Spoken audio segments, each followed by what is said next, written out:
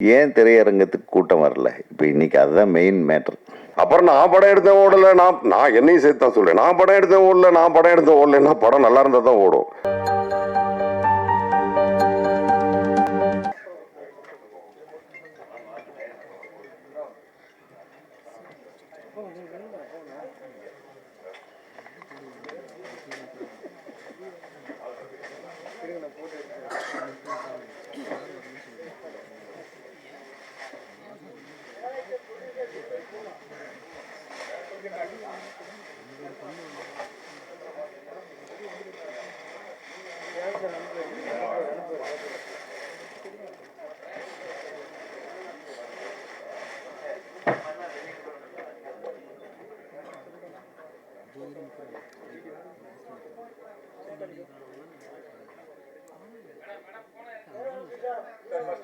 திரையரங்குகளில் கூட்டமே வர்றதில்லைன்றாங்க. ஏன் திரையரங்கத்துக்கு கூட்டம் வரல? இப்போ இன்னைக்கு அதுதான் மெயின் மேட்டர். படங்கள் எல்லாருமே எடுத்துக்கிட்டு இருக்கிறாங்க, கஷ்டப்பட்டு வர்றாங்க. இந்த மாதிரி இளைஞர்கள் புதுசாக ஏதோ முயற்சி பண்ணி ஏதாவது ஒரு மாற்றத்தை கொண்டு வந்துடணும், ஒரு பெரிய விடியலை உருவாக்கணும், ஒரு நல்ல எதிர்காலத்துக்காக போராடி கொண்டு வருகிற கலைஞர்களுக்கெல்லாம் அந்த படத்தை எடுத்து முடித்த கடைசியில் பெரிய போராட்டமாக போகுது அந்த ரிலீஸ் பண்ணுறதுக்கு. ஒரு கடந்த மாதம் ரிலீஸ் ஆன ஒரு மிகப்பெரிய படத்துக்கு கூட ஒரு ஊரில் வெறும் 9 பேர் தான் தேட்டரில் உட்காந்துருந்தாங்கன்னு. இன்றைக்கி இப்போ டைரக்டர் விக்ரமன் எனக்கு சொன்னார், வெறும் 9 பேர் தான் சார் உட்காந்துருந்தாங்க. நான் அடிக்கடி சொல்கிறது உண்டு, பெரும்பாலுமாக ரிலீஸ் செய்யப்படுகின்ற சிறிய படங்கள் அந்த தயாரிப்பாளர்களுக்கே தெரியறதில்லை எந்த தேட்டரில் ஓடுதுன்னு, எந்த ஷோ ஓடுறதுன்னு தெரியுது. ஸோ இந்த மாதிரி விஷயங்கள் எல்லாம் களைவதற்கு நம்ம பேசத்தான் முடியும், பண்ணுற இடத்துல நம்ம இல்லை. ஸோ பண்ணுற இடத்துக்கு பக்கத்தில் இருக்கிற போஸ் வெங்கட் எப்படி ஒரு திரைப்படத்தை வெளியிட வேண்டும். அட்லீஸ்ட் ஒரு படத்துக்கு நீங்கள் தேட்டரை 100 தேட்டர் கூட கொடுக்க வேண்டாம், ஒரு 50 தேட்டர் கொடுத்தாலும் அந்த தேட்டரில் காலை காட்சியிலேருந்து இரவு காட்சி வரையிலும் அந்த படமே ஓடணுன்ற ஒரு கட்டாயத்தை நம்ம உருவாக்கணும். நிறைய படங்கள் பார்த்திங்கன்னா, நம்ம காலத்தில் கூட நம்ம பொன்னுமணின்னு ஒரு படம், அது ரிலீஸ் ஆகும்போது கிட்டத்தட்ட 16 படங்கள் ரிலீஸ் ஆச்சு. ராஜ்கிரண் சார் படம், பி வாசு சார் படம், என்னோட படம், வாசு சார் படம், நிறைய படங்கள். அந்த 16 படங்களில் பார்த்திங்கன்னா முதல் வாரம் அப்போல்லாம் விமர்சனம் உங்களுக்கு தெரியும், 1, 2, 3, 4, 5, 6ன்னு இந்த மாதிரி போடுவாங்க. அதில் முதல் இடத்துல முதல் வாரம் ஒரு படம் இருக்கும். 2வது வாரம் அந்த படங்கள் எல்லாமே ஓடும். ஏன்னா ஒவ்வொரு படத்துக்கும் ஒரு 50 தேட்டர், 60 தேட்டர், 40 தேட்டர், 70 தேட்டர், பெரிய படங்களுக்கு 80 தேட்டர் கொடுப்பாங்க. 2வது வாரத்தில் முதல் வாரத்தில் முதல் இடத்தில் இருந்த படம் 2வது இடத்துக்கு போயிடும். அது 2வது 3வது இடத்துல இருந்த படம் முதல் இடத்துக்கு வரும். எவ்வளவு அழகாக இருந்தது பாருங்க. இது எப்படி நடந்தது? அது அத்தனை படங்களையும் மக்கள் பார்க்கிற வாய்ப்பு இருந்தது. ஃபர்ஸ்ட் ஆஃப் ஆல் தியேட்டர்களில் அத்தனை படங்களையும் மக்கள் பார்த்துவிட்டு எது மிகச்சிறந்த படம், எது சிறந்த படம், அதற்கடுத்து சிறந்த படம் எது அப்படின்னு அவங்க வகைப்படுத்தி கொண்டிருப்பார்கள். அவங்க போய் மவுத் டாக் போய் 5வது இடத்துல இருந்த பொன்னுமணி முதல் இடத்துக்கு வந்தது. முதல் இடத்துல இருந்த பார்த்திபனுடைய படம் உள்ளே வெளியே, அது 5வது இடத்துக்கு போகுது. 2வது இடத்துக்கு அரண்மனை கிளி. இதெல்லாம் நான் எதுக்கு சொல்கிறேன்னா, ஆனால் அந்த 16 படங்களில் 12 படங்கள் வெற்றி படங்கள் தான். அந்த 12 படத்தை தயாரித்த தயாரிப்பாளர்களுக்கும் அவங்க போட்ட காசோட லாபத்தோடு அவங்களுக்கு காசு வந்தது. அதை வெளியீட்டாளர்களுக்கு லாபம், தியேட்டருக்கும் லாபம், தயாரிப்பாளருக்கும் லாபம். அந்த சினிமாவை கொண்டு வர எல்லோரும் முயற்சிக்க வேண்டும் என்று ஒரு அன்பான வேண்டுகோளை நான் யாருக்கிட்ட வைக்கிறதுனே தெரியல. இயக்குனர் சங்கத்தோட தலைவருங்கிற முறையில் இது யாராச்சும் செய்யுங்கன்னு ஆண்டவனை பார்த்து தான் கேட்க வேண்டியதாக இருக்கு. அதை யார் செய்கிறார்களோ அவங்களுக்கு தான் எங்களோட ஓட்டு, சினிமாக்காரங்களோட ஓட்டு. ஏன்னா அந்த சினிமா மீண்டும் வந்தால், இங்கே இருக்காங்க பாங்க இத்தனை பத்திரிகையாளர்களோட வாழ்க்கை, தொழில்நுட்ப கலைஞர்களோட வாழ்க்கை, ஒவ்வொரு படத்துக்கு பின்னாடி வேலை செய்கிற ஆயிரக்கணக்கான பேர்களோட வாழ்க்கை தொடர்ந்து பலப்படும். இன்னைக்கு உலக அரங்கத்துக்கு ஒரு சினிமா போகிற தேர்வுக்குழுவில் இருக்கும்போது நான் போய் முதல்ல தேடி பார்த்தது தமிழ் படம் வந்திருக்கான்னா தமிழ் படம் வரல. அதே எனக்கு மிகப்பெரிய அப்செட். நம்ம தமிழ் படம் எங்கே நோக்கி போய் பார்த்தா 4 தெலுங்கு படம் வருது, 4 கன்னட படம் வருது.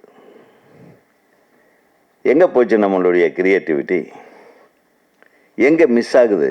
எங்கே நம்ம மிஸ் பண்ணுறோம்? தமிழ் சினிமாவை காக்க வேண்டிய ஒரு கட்டாய சூழ்நிலையில் இந்த மாதிரி இளைஞர்கள் எவ்வளவோ கஷ்டப்பட்டு ஒரு விஷயத்தை முன்னெடுத்து கொண்டு வர்றாங்க. இதுக்கு சரியான தியேட்டர்களை கொடுங்க. அண்ணன் ஆர்வி என்ன டக்குன்னு கிளம்பிட்டாங்க, நிறைய விஷயம் சொல்லிட்டு போனாங்க. அதில் அவர் ஒரு பாயிண்ட்டை சொல்லிட்டு போனார், சினிமா அப்படின்ட்டு ரிலீஸ் பற்றி. இப்போ ரிலீஸ் அப்படின்னோடனே திமுக காரன் பக்கம் டக்குன்னு திரும்பிடுவாங்க. நானே பேசியிருக்கேன் நிறையா, ரிலீஸ்னோடனே ஏன் அந்த பக்கம் திரும்புகிறாங்கன்னு எனக்கு தெரியல. அப்போ ஒருவேளை அவங்க ரெட் ஜெயின்ட் சொன்னாங்கன்னா, ஏன் ஏடிஎம்கே பீரியடில் ரெட் ஜெயின்ட் படம் பண்ண இல்லையா, அந்த 10 வருஷமும் அவங்க படங்கள் பண்ணிட்டு தான் இருந்தாங்க, உடனே அந்த பக்கம் திரும்பிடுவாங்க. அதுக்கப்புறம் ரெட் ஜெயின்ட் பண்ணாத படங்களே 1000 தேட்டர் 800 தேட்டர்னு எடுத்துக்கிட்டு தான் இருக்காங்க. அந்த கம்பெனிஸும் நம்ம எல்லாருக்கும் தெரியதான் தெரியும். பட் இந்த பக்கம் திரும்புவாங்க. பட் இது ஹேப்பன்ஸ், அது ஒன்றும் பண்ண முடியாது. ஆனால் பட் அதுக்குள்ளே ஒரு உண்மை ஒன்று இருக்குது. அவங்க சொன்ன மாதிரி 12 படம் இப்போவும் தான் வருது. நமக்கே அதில் ஒரு சின்ன வருத்தம் இருக்குது. ஏன்னா நானும் இயக்குனர் ஆனதுனால எனக்கு அந்த வழியை புரிஞ்சுக்க முடியுது. சார் ரிலீஸ் ஆனப்போ 2 வாரம் படம் ஓடிட்டு இருந்தது. 253 தேட்டர் ரிலீஸ் பண்ணோன்னு நினைக்கிறேன். நீங்கள் தான் சப்போர்ட் பண்ணீங்க. அப்புறம் 2வது வாரம் 180 சம்திங் போச்சு. ஆனால் 3வது வாரம் படம் இல்லை. அந்த பெயின் எனக்குமே இருக்குது. பட் அதுக்கு ரொம்ப பர்டிகுலராக இந்த நான் ஒன்றும் கேட்டேன், ஒரு 25 நாள் ஒரு போஸ்டர் விட்டுறதுக்கு ஒரு டைம் கொடுங்கன்னு கேட்டேன். இல்லை ஒரு 50 நாள் விட்டுறதுக்கு ஒரு ஷோஸ் கொடுங்கன்னு கேட்டேன். பட் கொடுக்க முடியல. அது ஒரு காலத்தில் படத்தை 50 நாளோ 100 நாளோ ஓட்டுறதுக்கான ஒரு டைம் கொடுத்தாங்க இல்லையா, அந்த டைம் இப்போ கொடுக்கறது இல்லை. பட் அவங்கள குறை சொல்கிற அதே சமயத்தில் ஆடியன்ஸும் ஒரு படம் ரிலீஸ் ஆன ஒரு வாரத்துக்கு அப்புறம் என்ன பண்ணிடுறாங்கன்னா, அதான் இன்னொரு 1 வாரம் 10 நாளில் ஓடிடியில் வந்துடுமே, இது எதுக்கு நம்ம வந்து தேட்டரில் பார்க்கணும் அப்படின்னு சொல்லும்போது, ஒரு படத்தினுடைய ஆயுள் காலம் இப்போ ஈசல் மாதிரி 10 நாள் 12 நாள்னு மாறி போச்சு. ஸோ நம்ம அதை நம்ம அது மேலே கிளைமிங் பண்ணும்போது கூட கொஞ்சம் யோசிக்க வேண்டியிருக்குது. Claiming right or wrong? Claim பண்ணுவோம், சார் சொன்ன மாதிரி கிளைம் பண்ணுவோம். 50 நாள் 60 நாள்னா சார் சொன்னாங்க 60 தேட்டர் எங்களுக்கு வரும், 60 தேட்டர் இன்னொருத்தருக்கு போகும், 60 தேட்டர் இன்னொரு தேட்டர் போனால், ஸோ 50 தேட்டரோ 60 தேட்டரோ ஷோஸ் வந்து 3 ஷோவோ 2 ஷோவோ இருந்ததுன்னா அது 50 நாளோ 60 நாளோ இருந்தால் தான் ஆடியன்ஸ் அப்போ பார்க்க முடியும். அவங்களுக்கு அண்ணன் சொன்ன மாதிரி அந்த டாப் 10 ரைட், அந்த டாப் 10ல் வந்து 1 2 3 நாள் சொல்கிறதுக்கே 5 6 வாரம் 7 வாரம் 8 வாரம்லாம் எடுக்கும். இப்போ அது இல்லையே. படம் ரிலீஸ் ஆகுது, ரிலீஸ் ஆன 2வது ஷோலே எழுதிடுறாங்க. 3வது ஷோ வந்து நல்லா இருக்கு சுமாராக இருக்குன்னா கூட கூட்டம் கூடுது. 4வது ஷோ நல்லா இருக்குன்னு சொன்னால் ஓகே, அடுத்த நாள் காலையிலேயே தேட்டர் இல்லை, தூக்கிடுறாங்க. ஸோ இது பிஸ்னஸ் கம்ப்ளீட்டாக கன்வெர்ட் ஆயிடுச்சு, கம்ப்ளீட்டாக மாறிடுச்சு. அதை நம்ம வந்து புரிஞ்சுக்கிட்டு அதுக்கு தகுந்த மாதிரி தான் படம் பண்ணணுமே தவிர, இப்போ ப்ரொடக்ஷன் சைடில் ப்ரொடியூசர்ஸ் வந்துட்டு ஒரு தடவை சார் விஷால் சார் பேசியிருந்தார், சின்ன ப்ரொடியூசர்ஸ்லாம் இனிமேல் வராதிங்க அப்படின்னு. உடனே நான் தான் முதல் கண்டன குரல் கொடுத்தேன், நேரடியாகவும் போய் சந்தித்தேன், இன்டர்வியூஸ்லாம் கொடுத்தேன்.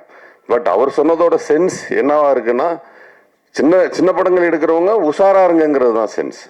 ஆனால் அதை அவர் சொல்ல தெரியாமல் சொல்லிட்டார். அவர் உஷாரா இருங்க, கொஞ்சம் கேர்ஃபுல்லாக பண்ணுங்க அப்படிங்கிறது தான் சென்ஸ். ஆனால் அவர் சொன்னதுனால பல ப்ரொடியூசர்ஸ் ஓடி போன கதை உண்டுன்னு வச்சுங்களேன். அது ராங் இஸ் ராங், அது ஒன்றும் பண்ண முடியாது. பட் உண்மை என்னன்னா, சின்ன படம் எடுக்கிறவங்கள்ட்ட கேட்கறது ஒன்று தான், இந்த படம் என்ன மாதிரியான அட்டென்ஷனை ஆடியன்ஸ் கிட்ட கிரியேட் பண்ணும். முதல் கேள்வி, அந்த producers and directors in between அவங்க 2 பேருக்கும் தெரிய வேண்டியது, என்ன காரணத்துக்காக இவன் தேட்டருக்கு வரணும், என்ன மோட்டிவ் கிரியேட் பண்ணுறீங்க தேட்டர்ஸ்க்கு அவன் வர்றதுக்கு. அப்போ எந்த மோட்டிவுமே கிரியேட் பண்ணாமல் வர்றதுக்கான எந்த வாய்ப்புகளையுமே உருவாக்காமல் இருக்கிறது யார் மேலே mistake? Even me, even you, even anybody, யாராக இருந்தாலும் அவனை உள்ள வர்றதுக்கான ஆப்ஷனை நம்ம கிரியேட் பண்ணாதது நம்ம மிஸ்டேக்ஸ்.